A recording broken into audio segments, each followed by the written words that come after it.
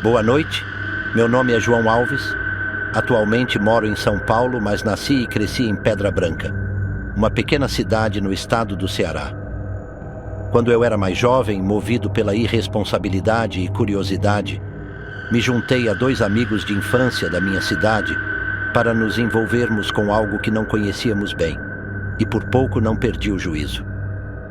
Isso aconteceu em 2003. Eu tinha 18 anos e adorava arriscar. Naquela época, eu e meus amigos gostávamos de apostar na loteria, mas nunca ganhávamos. Se tivéssemos guardado o dinheiro, estaríamos milionários.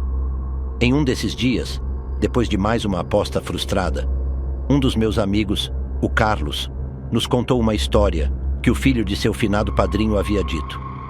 Ele falou que se alguém fosse à meia-noite até uma encruzilhada no São Francisco, um pequeno povoado na zona rural de nossa cidade, acendesse velas vermelhas perto de uma porteira e lesse um trecho de um livro preto, um homem misterioso apareceria para nos dizer onde havia uma botija cheia de ouro enterrada.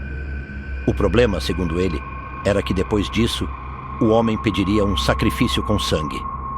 Ninguém tinha coragem de ir, mas ao contar essa história, ele parecia falar sério, acreditando no que dizia. Eu, como sempre gostava de brincar com as situações, disse que o difícil seria conseguir o livro, mas se ele conseguisse, iríamos até lá, invocar o espírito e depois escavar a botija para ficar ricos. Algo muito mais fácil do que ganhar na loteria. No dia seguinte, pela manhã, minha mãe me acordou dizendo que o Carlos estava na sala me esperando. Eu não lembrava mais da história da noite anterior e pensei que algo tinha acontecido.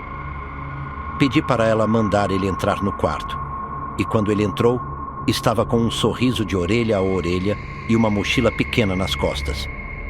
Ele abriu a mochila e tirou um livro velho, grosso, com páginas amareladas e cheio de poeira.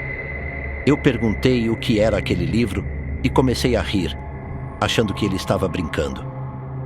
Ele também riu, mas disse que o livro era de capa preta e que tinha feitiços para invocar espíritos. Segundo ele, o padrinho dele tinha esse livro e o emprestou, mas com a recomendação de que ninguém podia tocá-lo. Só ele, o Carlos. Sempre gostei de inventar histórias também. Então entrei na brincadeira e combinamos de ir até o local na sexta-feira, depois da meia-noite, fazer o ritual e invocar o espírito. Na sexta-feira à noite, fui até a praça da cidade, onde encontrei o Pedro e o Carlos sentados do lado de fora de um bar. Ficamos jogando conversa fora, mas às 11 horas da noite, o Carlos disse que era quase hora de irmos e que precisávamos sair logo para não perder o tempo. Eu estava meio distraído e mandei ele ficar tranquilo. Foi então que ele disse que se o Pedro não fosse, ele iria sozinho, porque estava cansado de ser pobre.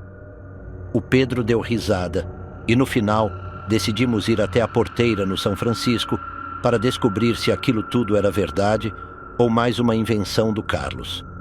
Entramos no carro do Pedro, passamos na casa do Carlos para pegar o livro e as velas e seguimos até o destino. Quando chegamos, o Carlos disse que o filho do padrinho dele havia alertado que depois de começar não poderíamos parar, pois isso faria com que perdêssemos a paz e que não podíamos correr, senão tudo estaria perdido. Eu comecei a rir, mas o Carlos estava falando sério e ele realmente acreditava no que estava fazendo. Desligamos o carro e percebemos que a noite estava estranha. No silêncio, tudo parecia mais intenso e meus sentidos estavam mais aguçados. Ouvíamos os barulhos da mata, dos insetos e alguns pássaros noturnos. O Carlos acendeu uma lanterna, abriu o livro e fez um desenho no chão colocando as velas. Ele nos pediu para acendê-las enquanto ele começava a ler. Eu e o Pedro ríamos, mas depois de um minuto, a voz do Carlos mudou completamente. As palavras saíam dele de forma grave, rouca, e parecia que não era mais ele quem estava falando. A brincadeira deixou de ser divertida, e um medo estranho tomou conta de nós dois. Pedimos para ele parar, mas de repente todas as velas se apagaram de uma vez.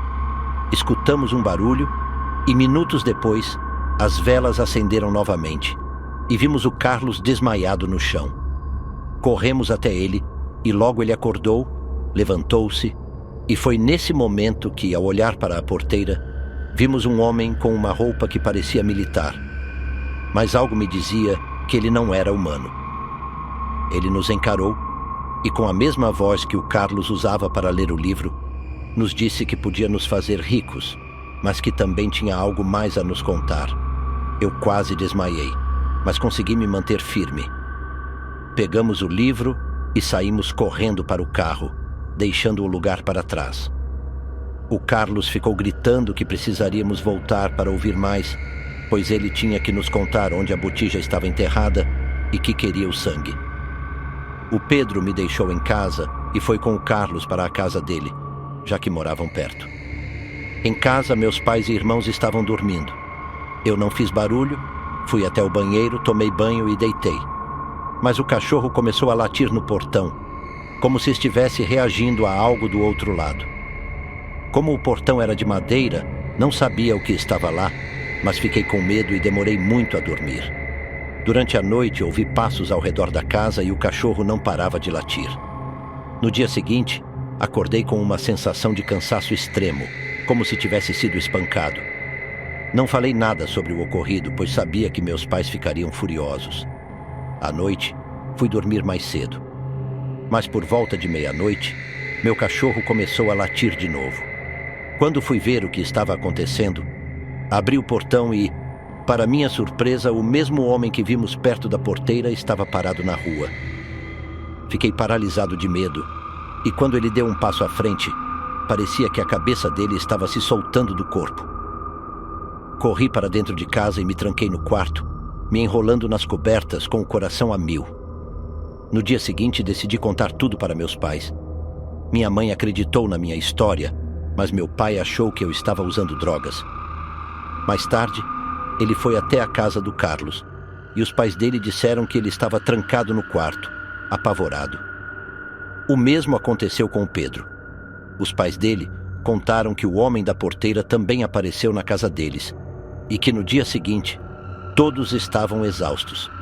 Finalmente, nossos pais foram falar com o filho do padrinho do Carlos, e ele confirmou tudo. Ele tentou resolver a situação, mas a confusão quase terminou em tragédia. Ele disse que iríamos até a porteira novamente e resolveríamos tudo. Naquela noite, fomos até lá e, enquanto o Carlos lia o livro novamente, ouvimos barulhos macabros ao nosso redor. De repente, as velas se apagaram e saímos correndo de lá. O filho do padrinho do Carlos nos garantiu que tudo estava resolvido, mas a partir daquele momento, ele começou a enriquecer misteriosamente. Desde então, ele desapareceu da cidade. Meus amigos acham que ele desenterrou a botija, mas eu acredito que ele fez um pacto com algo muito ruim. Desde aquele dia, nunca mais joguei na loteria e, aos poucos, fui me estabilizando sem depender de sorte. Quanto ao livro, Deus me livre de encontrar aquilo novamente. E sobre a porteira, só passo por lá se for de dia, à noite nunca mais. Boa noite.